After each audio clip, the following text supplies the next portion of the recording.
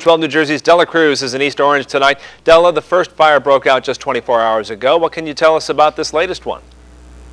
That's right, just 24 hours ago, Tom. 7 buildings are here on North Walnut Street that were all slated to be redeveloped. As of tonight, 2 of those buildings are burned.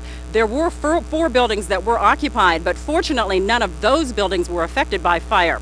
Tonight, I got the latest word on what caused this particular fire, or at least what happened with this particular fire, here on East Orange, from the East Orange Fire Chief, Timothy Weiss.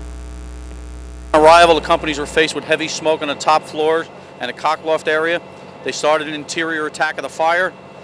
They found heavy fire conditions on the top floor and the attic area. As conditions worsened, all companies were pulled from the building. We began what we refer to as an exterior attack. We've established collapse zones to make sure that none of our people get hurt. At this point in time, we've had 1 minor injury. 1 firefighter was removed to East Orange General. The fire is under investigation by the East Orange Fire Department, the Essex County Prosecutor's Office, and as early as this morning, we've called for assistance from ATF to come in. This is the speculation at this point with the ATF and the arson squad investigating. Do you all suspect that somebody is deliberately trying to jeopardize the redevelopment of this area? I don't believe that they're trying to jeopardize the redevelopment of this area because they know that this is happening, this is going forward. In fact, I looked at the plans for it today. Like I said, I represent this area and it's going to happen. I think there's other factors involved that we're not at liberty to say, but they are looking for someone. But it's no secret that we have some type of drug activity and even some small gang activity on this particular block. Now, as you can see, council members Turner and Johnson made it very clear that even if somebody is trying to sabotage the redevelopment project here in East Orange, it won't matter because they have every intention of going ahead with this project. As a precaution, they intend to block off the streets where the rest of the buildings are located just to make sure that strangers who don't live in this area can't get access here. Reporting live with the latest on this latest fire that broke out tonight here in East Orange, just 24 hours after the other blaze on Tuesday night. I'm Della Cruz for News 12. And be advised, you got a real prostitute. Undercover female officers work the Trenton streets alongside real prostitutes. You get an occasional resident that'll call and say there's a prostitute on the corner. And that's exactly what police want. Their plan? Attract customers and lock them up so the neighbors don't have to be wary about leaving their homes. You're dealing with neighbors who've probably been there 30, 40 years. I happen to grow up in this neighborhood where we'll be. And, you know, they don't want to come out of their houses and see prostitutes walking the streets, guys riding around. The type of men cruising for women run the gamut. He's a customer. Every kind. You get people from, high class areas to they live right on that block that you're working in. Not only will these men have to face a judge, they'll have to face their loved ones, friends, and neighbors because their names and addresses will be published in the local newspapers. See people's names in the newspaper, and they see people getting locked up for it. They might think twice before they come to our city and try to pick up the prostitute. In Trenton, Marianne Ondish, News 12 New Jersey.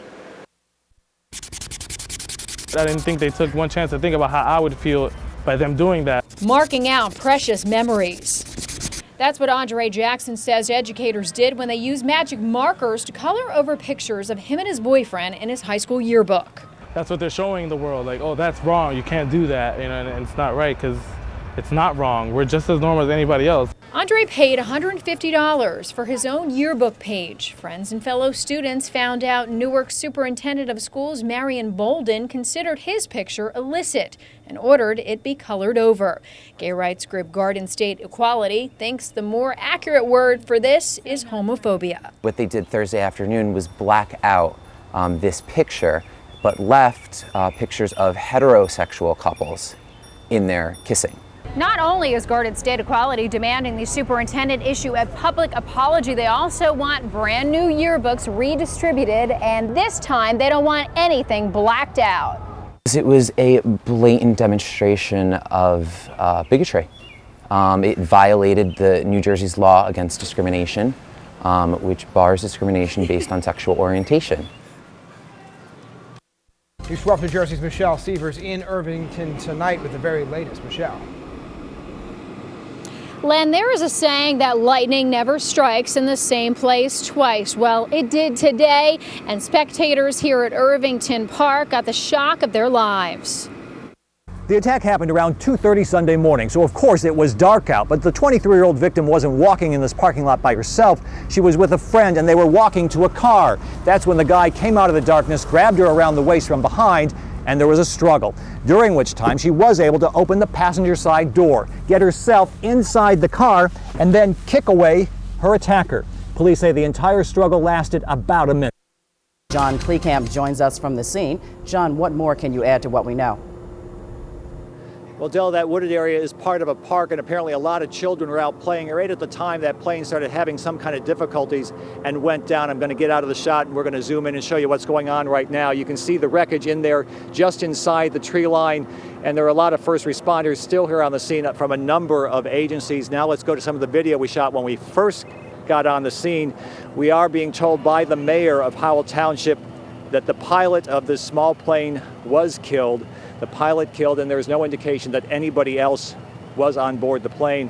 Apparently, they believe it was coming from Monmouth County Regional Airport. It's not clear yet where the pilot was headed. Some of the witnesses, some of the people living in the homes right around here say they heard what sounded like a truck downshifting or brakes grinding, some kind of mechanical problems they thought they heard coming from the plane. Then they heard what they figured out later was probably the tops of the trees breaking as the plane came into the woods, and then finally a big thud. Some people actually ran up on the wreckage who were right in the area, including a first responder, a volunteer firefighter, and other neighbors who live right around here.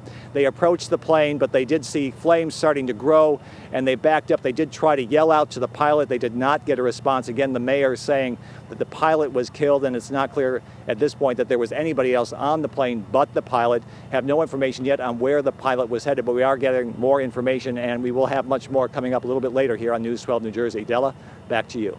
We played the typewriter game, he called it, and that's when he would put us on his lap and we would type letters. He would say a letter and we'd type letters, and he would fondle us and put his hands down our pants. He doesn't want us to show his face or use his name. Decades after his alleged abuse at the hands of the late Pastor Robert Slagle, he is still struggling to cope. I can't really function today. I'm a mess, an absolute mess.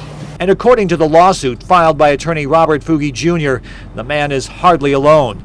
20 men, all in their 30s and 40s today, say truly unholy things happened to them behind the stained glass windows of the church, all at the hands of Pastor Slagle. I think it's one of the most horrific cases we've ever really come across, at least in this state of New Jersey. I mean, this man was a predator. The Evangelical Lutheran Church in America says the church does not tolerate sexual abuse and that higher-ups had no prior knowledge of the pastor's alleged behavior.